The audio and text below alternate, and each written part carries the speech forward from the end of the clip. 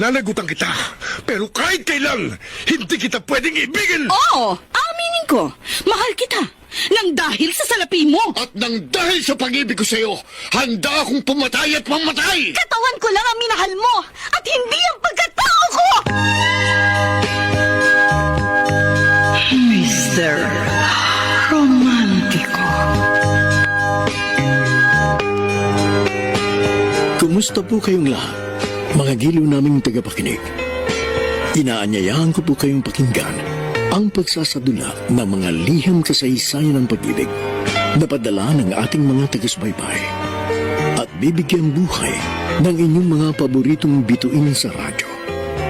Mga kasaysayang nagtatampo ng mga pusong sugatan, mga pusong suwi, at mga pusong punong-puno ng pagmamahal.